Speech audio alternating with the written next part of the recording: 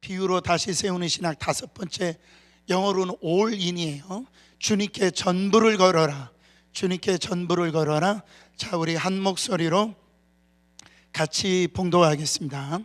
천국은 마치 밭에 감추인 보화 같으니 사람이 이를 발견한 후 숨겨두고 기뻐하며 돌아가서 자기 소유를 다 팔아 그 밭을 사느니라.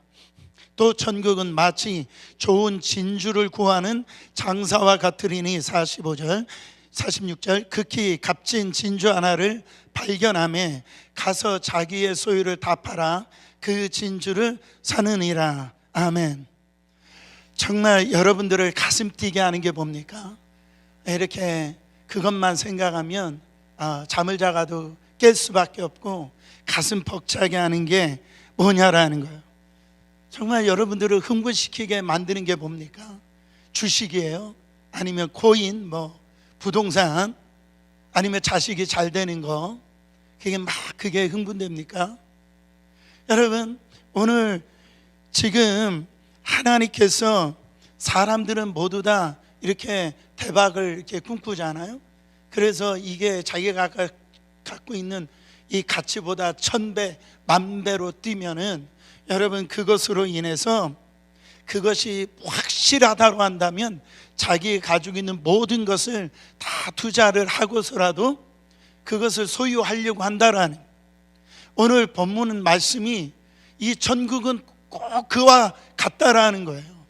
이 천국은 우리의 인생을 다 걸어도 아깝지 아니하는 우주 최고의 보물이라는 거예요. 그래서 오늘 이 말씀을 통해서 정말 내가 예수 믿는 것이 이게 장난이 아니구나. 세상에 정말 이 세상에서 누릴 수 없는 그 가치를 내가 다 가지고 있는 자구나. 오늘 말씀을 통해서 정말로 이 천국의 가치, 구원의 가치를 다시 한 번 더 여러분 심령 안에 믿음으로 아멘 하시고, 사랑하는 성도 여러분, 우리의 인생이 주님 앞에 올인하는 신앙으로 뒤집혀지는 시간 되시기를 축원합니다. 여러분, 예수님은 하늘나라를 여러 가지로 계속 비유하시잖아요. 천국을 여러 가지로 비유하시잖아요. 오늘은 이 감추인 이 보배, 보화, 그리고 값진 이 진주, 그 비유를 말씀하십니다. 이거는 지난 주에 이런 바로 겨자씨 비유와 이 누룩 비유처럼 이거를 쌍둥이 비유라고 그래요. 근데 중요한 것은 뭐냐면은 귀한 것을 발견하고 자기 어떤 소유를 다 팔아서 자기 것을 삼았다라는 게 중요한, 자기 것으로 이거를 삼았다. 먼저 이 밭에 감추인 보화를 첫 번째 이렇게 보면은 이 사람은 바로 4절 보세요. 44절, 천국은 마치 밭에 감추인 보화 같으니, 아까 주경 집사님이 이 말씀을 보고 천국은 마치, 이게 사실 율동이 있거든요. 율동을 하고 싶었는데 제가 또 앞에서 그렇게 하려니 또 분위기가 또 그렇고, 아무튼 이 기쁨이 저에게 이렇게 오더라는 거예요. 이거를 발견한 사람은 주인이 아니에요. 소장농이에요.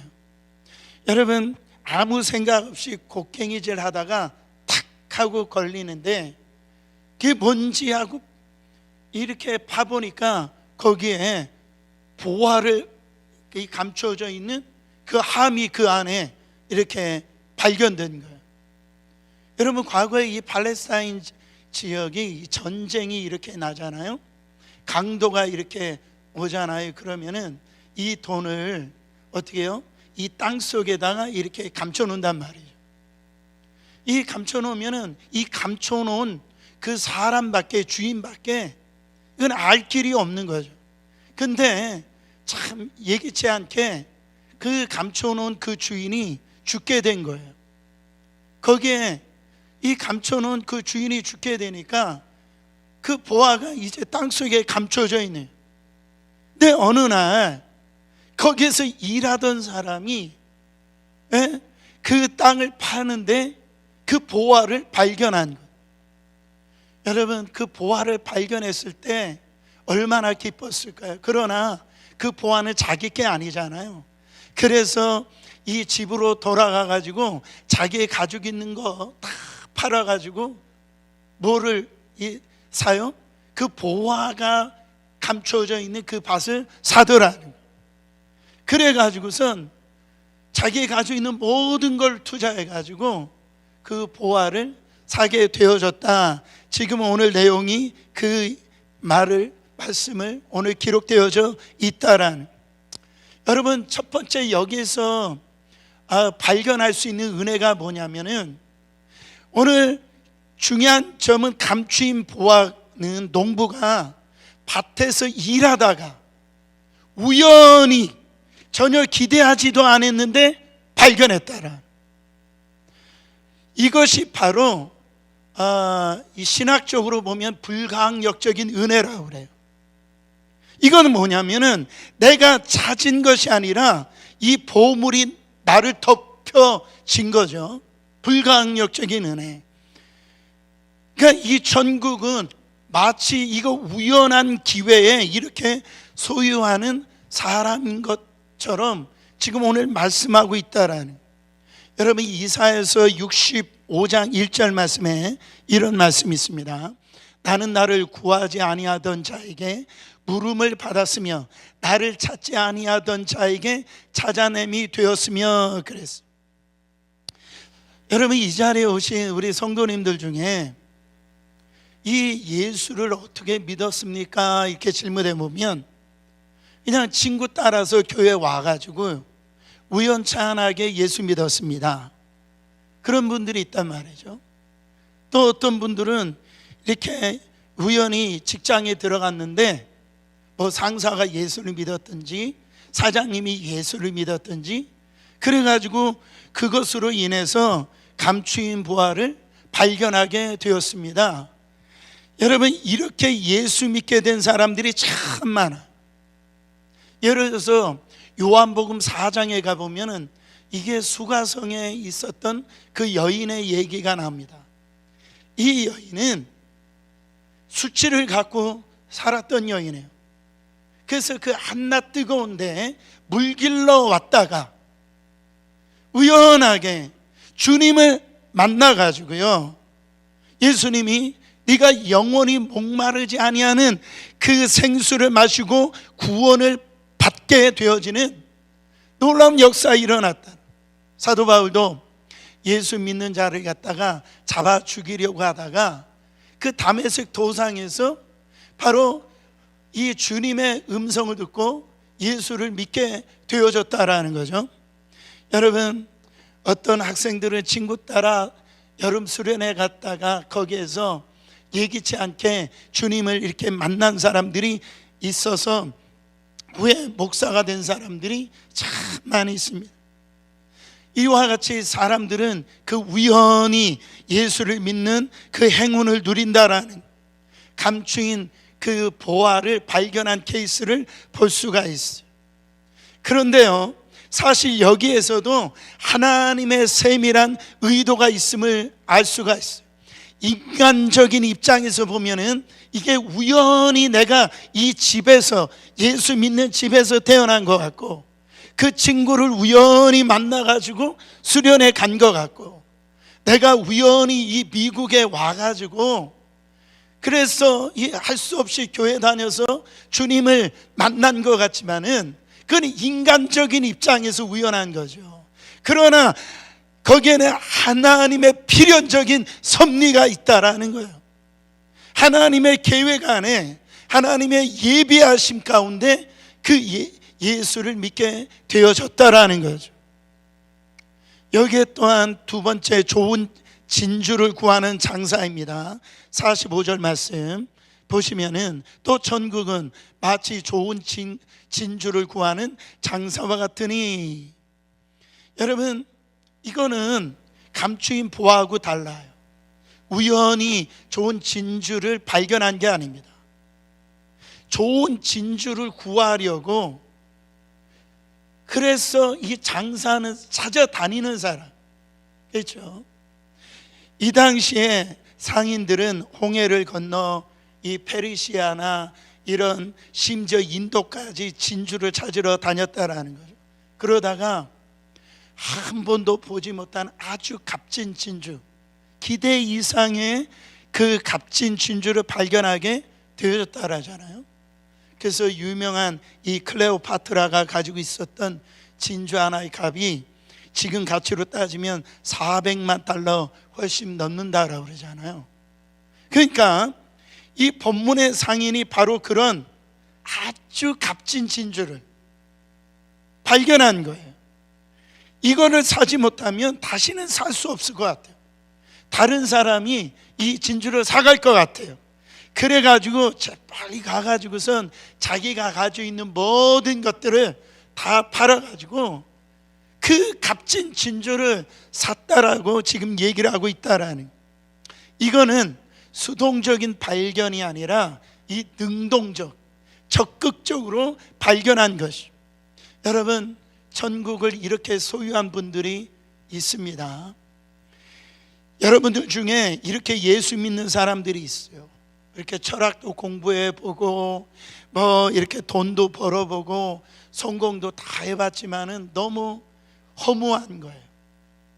너무 내 마음에 공허한 거예요. 그래서 정말 인생의 참된 의미가 어디 있는가, 내가 죽으면 어떻게 되는가, 그래가지고요 마침내 예수 그리스도라는 그 가치, 아주 귀한 값진 진주를 만난 사람 분들이 있다라는 거. 여러분, 천국도 이렇게 진주처럼 찾아야 한다라는 겁니다. 그래서 에레미야서 29장 13절에 보면은 너희가 전심으로 나를 찾고 찾으면 나를 만나리라. 여러분, 교회 오는 것도 중요합니다. 그러나 10년을 교회 다니고 20년 교회 다니는 거 중요해요. 근데 가장 중요한 건 뭐냐면은 주님을 만나는 거예요. 그 진주를 발견하는 거예요. 단 한 번의 그 예배가 우리의 인생을 바꿀 뿐만 아니라 우리의 영원한 생명을 바꿔버리는 그 시간이 되거든요. 사랑하는 성도 여러분, 마태복음 2장에 보면은 이 동방박사가 나오잖아요. 그들은 이 페르시아에서 아주 똑똑한 사람들이에요. 지식인들이에요. 이 부를 누리는 사람들이에요. 그러나 그들은요 메시아의 탄생을 알리는 그 별 하나에 그들의 인생을 투자한 걸 볼 수가 있어요. 그래가지고 그 유대 예루살렘까지 찾아와서 어떻게 되어졌어요?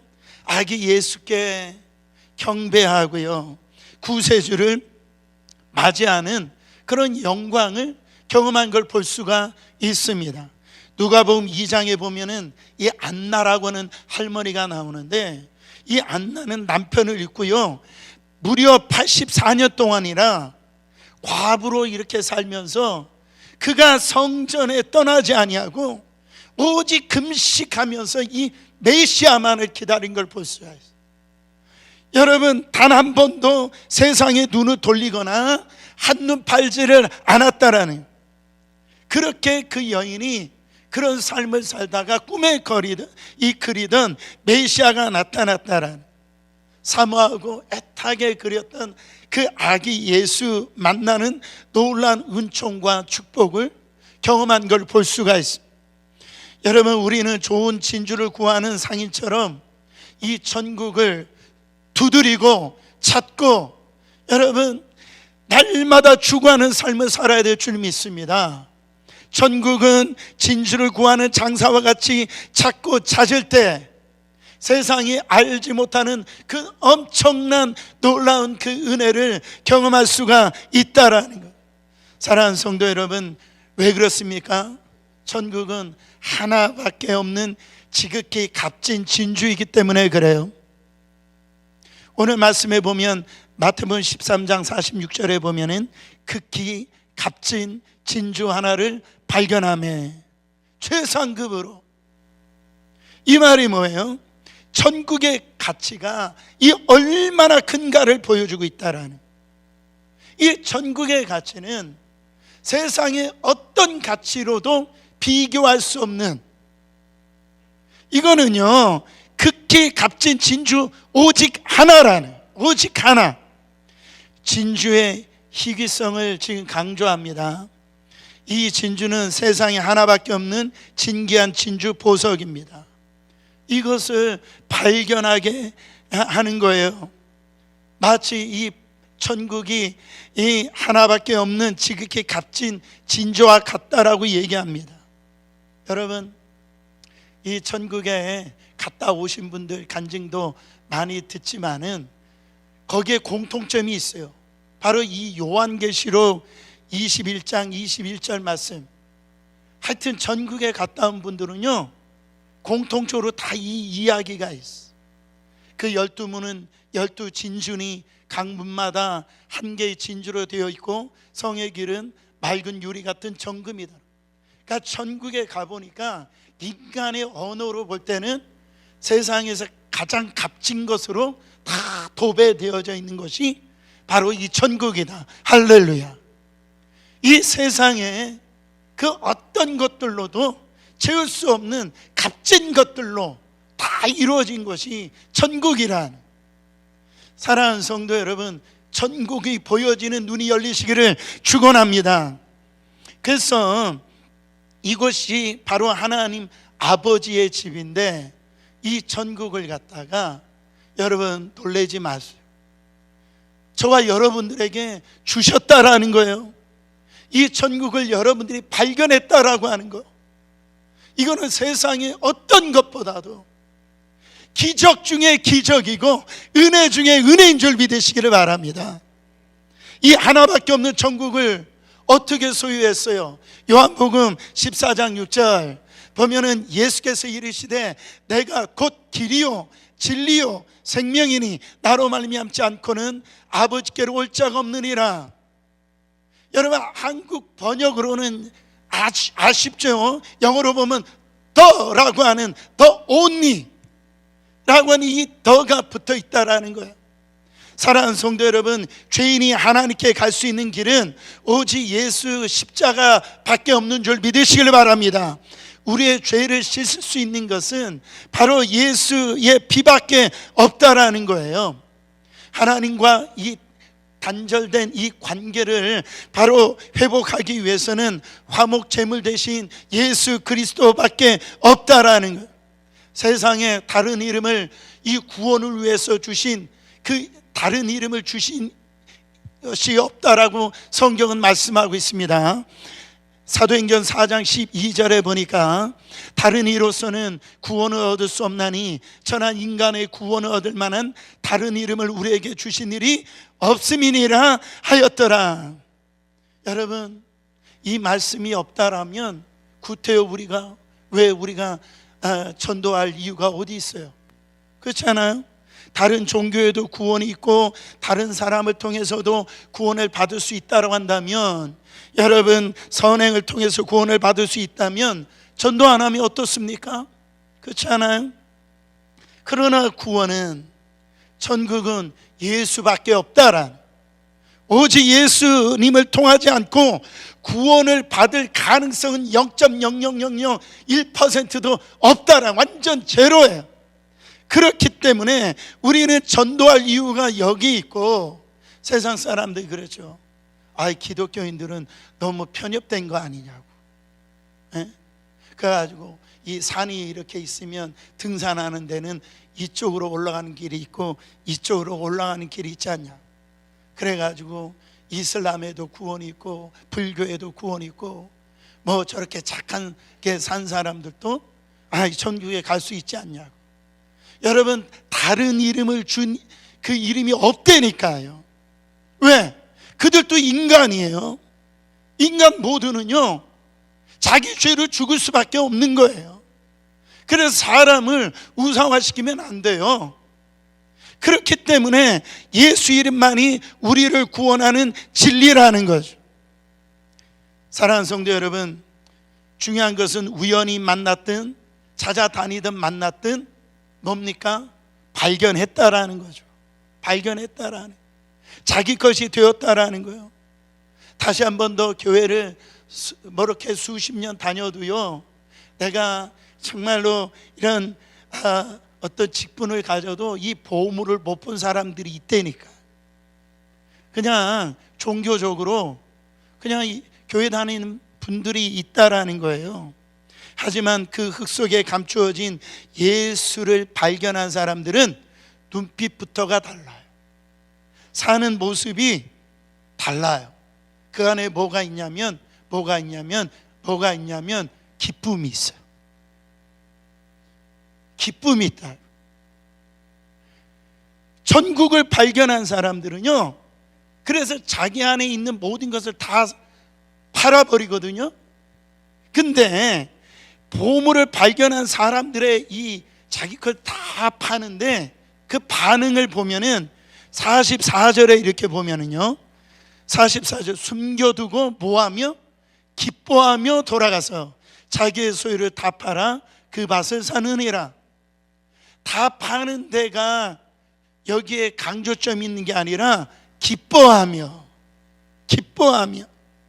여러분, 이 농부가 그 감춰진 이 보화를 발견했을 때, 그 집 팔고 소 팔고 아까 냉장고까지 팔고 할 때요, 아이고 아까워라, 이거 피 같은 재산 하면서 울면서 팔았을까요? 아니에요.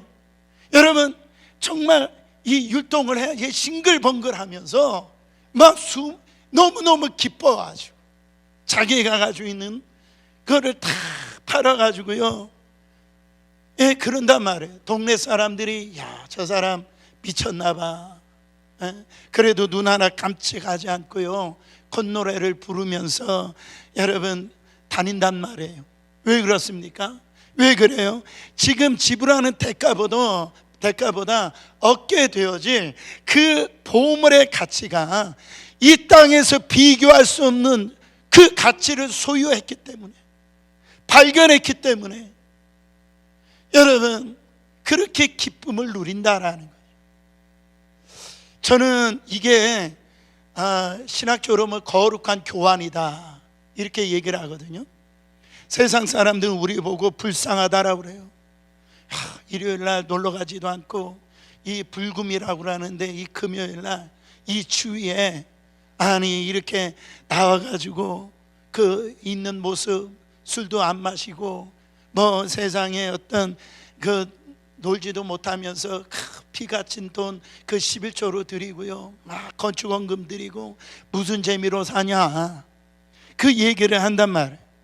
여러분, 세상에서 가장 불쌍한 사람이 바로 이런 거예요. 우리 기독교는요, 고난주간에서 끝나는 게 아닙니다. 영원한 천국을 소유한 이 영원한 나라를 소유한 하나님의 상속자로 끝나는 거예요. 이거 아셔야 됩니다. 더 좋은 것을 발견했기 때문에 시시한 것을 버리고 사는 거예요. 사도 바울 보세요. 우리가 잘 아는 말씀 빌립보서 3장 7절부터 8절 말씀 보세요. 무엇이든지, 여기서 중요한 것은 어떤 것은 취하고 어떤 것은 안 버리고 그게 아니에요. 무엇이든지 내게 유익하던 것을 내가 그리스도를 위하여 다 해로 여길 뿐더러 모든 것을 해로 여김은 내 주 그리스도 예수를 아는 지식이 가장 고상하기 때문이라. 내가 그를 위하여 모든 것을 잃어버리고 배설물로 여김은 그리스도를 얻고. 사도 바울은 이게 진짜였어요. 그가 가지고 있는 이 스펙을 정말 다 자기가 가지고 있었던 혈통이든지 자기가 가지고 있었던 물질이든지 자기가 갖고 있는 지식이라든지 자기가 가지고 있었던 업적이라든지 이거를 갖다가 다 배설물로 여겼다라는 거예요. 이 사도 바울이 그게 진짜였어. 사도 바울의 고백은 자기는 이 전국에 가고 싶다라는 이 고백이 진짜였어. 그는 이미 삼층천을 경험했던 사람, 하늘나라를 경험했던 사람. 그러나 자기가 이렇게 살아가고 있었던 것은 정말 이방인의 사도로 하나님 불러주신 그 사명으로 사는 거지만은, 그 사명으로 살 때 뭐가 있었습니까? 핍박이 있었어요. 고난이 있었어요. 어려움이 있었어요. 배고픔이 있었어요. 여러분, 강도의 위험이 있었단 말이에요. 근데 사도 바울의 여러분 서신서를 읽어보면, 여러분 빌립보서 같은 데 보세요. 기뻐하고 내가 다시 말하는 기뻐하라. 아멘이십니까? 여러분, 바울과 실라가 감옥에 갇혀 있을 때 거기서 아이고 이게 다 끝났구나 그랬어요. 거기서 은혜가 풍성한 하나님 찬양하고 그 감옥 안에서 부흥회를 한 걸 볼 수가 있어요. 여러분, 어떻게 해서 이렇게 살 수 있었을까요? 사도 바울은요, 천국을 소유한 자였기 때문에 그래요. 비교가 안 되는 거예요. 아깝지가 않은 거예요. 사랑하는 성도 여러분, 마태복음 13장 46절 보세요. 마태복음 13장 46절, 극히 값진 진주 하나를 발견하며 가서 자기 소유를 다 팔아 그 진주로 사느니라. 이제 자기가 가지고 있는 거 다 파는 거예요. 목사님, 꼭 다 팔아야 합니까? 적당히 반만 걸치면 안 됩니까? 좀 세상도 이렇게 즐기면서 살고 주님을 위해서 이렇게 살아가면 안 됩니까? 여러분, 우리 주님은 안 된다라고 얘기하십니다. 마태복음 19장에 가보면 한 부자 청년, 관원 청년의 이야기 입이 마르도록 말씀드렸잖아요. 그는 주님 앞에 나왔는데 구원을 얻을 수 있는, 천국을 얻을 수 있는 그 기회였는데, 여러분, 그 청년은 마태복음 19장 22절에 보면은 그 청년이 재물이 많음으로 이 말씀을 듣고 근심하며 가느니라. 그 재물 포기하지 못하고 결국 가장 가치 있는 것을 놓쳐버리는, 영생을 놓쳐버리는, 구원을 놓쳐버리는 실수를 하는 걸 볼 수가 있어. 청년이 왜 그 슬픈 그 기색을 띠고 예수님을 떠났습니까? 보물, 정말 보물보다 자기 재산을, 감추어진 그 천국보다 자기 재산, 물질을 더 사랑했기 때문에 그래요. 계산기를 두드려 보니까 이 손해 보는 것 같았단 말이죠. 사랑하는 성도 여러분, 우리가 주님 앞에 드림이, 가만히 보면 이 천국을 소유한 사람들은요, 계산하지 않아요. 그렇기 때문에 하나님 앞에 계산되지 않는 은혜를 받아요. 가만히 보세요. 주님 앞에 자기 향유옥합을 깨서 드렸던 그 마리아나 그 여인 보세요. 계산했으면은 그 향유옥합 못 깨는. 우리가 없을 때는 계산하지 않는데 신기하게도 있을 때 계산한단 말이에요. 여러분 보세요. 천국을 소유한 사람은 천국의 가치를 아는 사람이에요. 그래서 모세를 보세요. 히브리서 11장 24절부터 26절 보세요. 믿음으로 모세는 장성하여 바로의 공주의 아들이라 칭함을 받기를 거절하고 그리스도를 위하여 받는 수모를 애굽의 모든 보화보다 더 큰 재물로 여겼으며 그랬어. 저는 여러분들이 이 천국을 소유한 것을 하찮게 여기지 않기를 바랍니다. 구원을 받은 것을 여러분 소홀하게 여기지 않기를 바랍니다. 마가복음 8장 36절에 보면 사람이 만일 온 천하를 얻고도 제 목숨을 잃으면 무엇이 유익하리요? 세상에서 정말 남부럽지 않게 살고요, 그냥 부를 누리고 세상 사람들이 와 정말 당신은 대단합니다 그런 얘기를 듣는다 할지라도 자기 목숨을 잃어버리면 그게 무슨 유익이 되냐 말이죠. 여러분, 돈보다도 부동산보다도 더 중요한 것은 영혼이요 영생하는 천국인 줄 믿으시기를 축원합니다. 제가 말씀을 마치기 전에 모파상 얘기를 드리길 원합니다. 이 모파상이 쓴 좀 오래된 책인데 말씀을 제가 준비하는데 이 모파상의 이 목걸이 그 유명한 단편 소설이 떠올랐어요.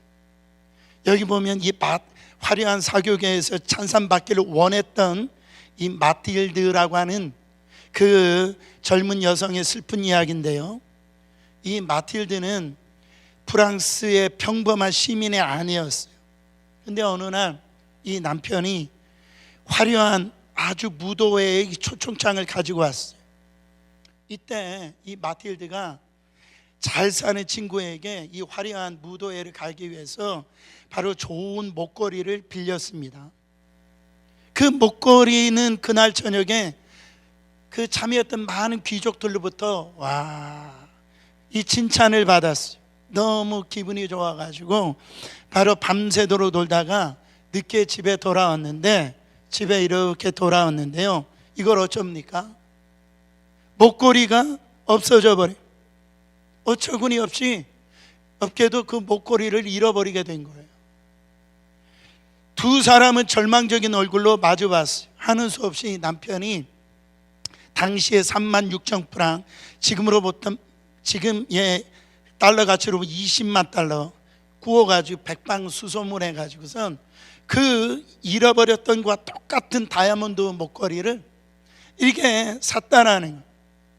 마틸드는요 바로 그 목걸이를 아무 얘기하지 않고 빌려왔던 친구에게 되돌려줍니다. 그 후 10년 동안 이 마틸드 부부는요, 이 목걸이, 바로 이 목걸이를 사기 위해 빌린 돈을 그 갚기 위해 가지고 바로 집도 팔고요, 그냥 노예처럼 그렇게 인생을 살아요. 그리고 10년을 지난 다음에 그 빚을 다 이렇게 갚게 되어져서 그날 이 친구를 만나게 되어진 거예요. 마틸드가 모든 것을 다 고백합니다. 지난 10년 동안 바로 그 빚을 갚느라고 겪었던 비참한 삶의 이 스토리를 다 얘기를 하는 거예요. 근데 그 순간에 친구로부터 아주 충격적인 말을 들은 거예요. 그 빌려준 목걸이는 500프랑 3,000달러도 안 되는 모조품이었다라는 거죠. 여러분, 참 많은 것을 느끼게 되는 거예요. 사실 우리가 세상에 있는 그 화려함이, 우리가 구하는 것이 어떻게 보면 모조품과 같은 그런 것인데, 거기에다 우리의 인생을 투자하고 우리의 젊음을 투자하고 시간을 투자하고 건강을 투자하고 그렇게 인생을 다 낭비하고 그게 살다가 여러분 이 천국을 놓쳐버리는 사람들이 있더라는 거예요. 저는 우리 안에 정말 하나님께서 주신 이 구원, 예수의 이름, 이 복음, 하나님의 나라, 이거 여러분 놓치지 않기를 원합니다. 세상과 비교하지 않기를 원해요.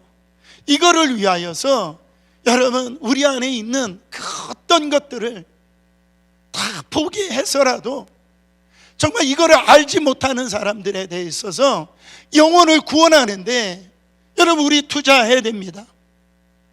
여러분 이 가치를 우리 발견한 사람, 주님의 나라를 세워가는데 우리가 뭐 어쩔 수 없어, 나는 어떤 직분을 받았기 때문에 내가 뭐 이럴 수 없어서 그래서 인상 쓰면서 이 길을 걸어가는 것이 아니라 하나님께서 우리에게 이 천국을 위해서 예수님을 다 우리 가운데 파셨단 말이죠. 십자가에서 다 내어주셨단 말이죠. 우리도 주님을 향해서, 주님이 우리를 향해서 올인하셨기 때문에 우리의 남은 삶이 얼마나 많이 남아있는지 모르지만 주님을 위해서 우리가 올인하는 여러분들의 인생, 진짜 가치 있는 인생 되시기를 예수 그리스도 이름으로 축원합니다. 여러분